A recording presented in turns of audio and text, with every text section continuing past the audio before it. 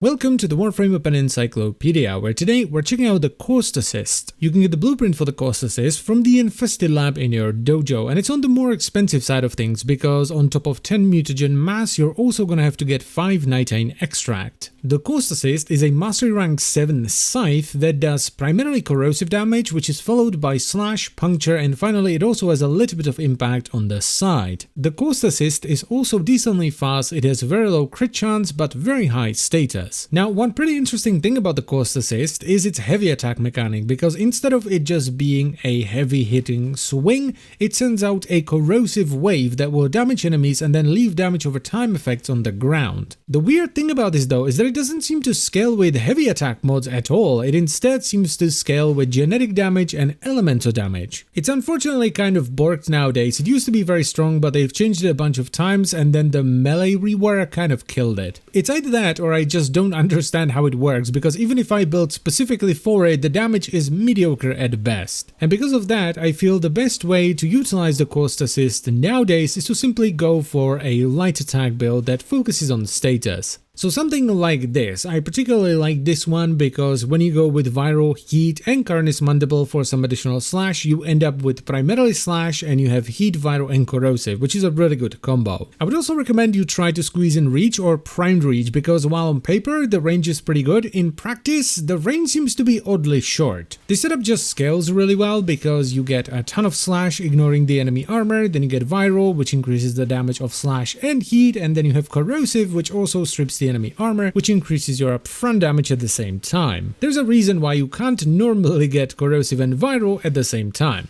It's just really strong.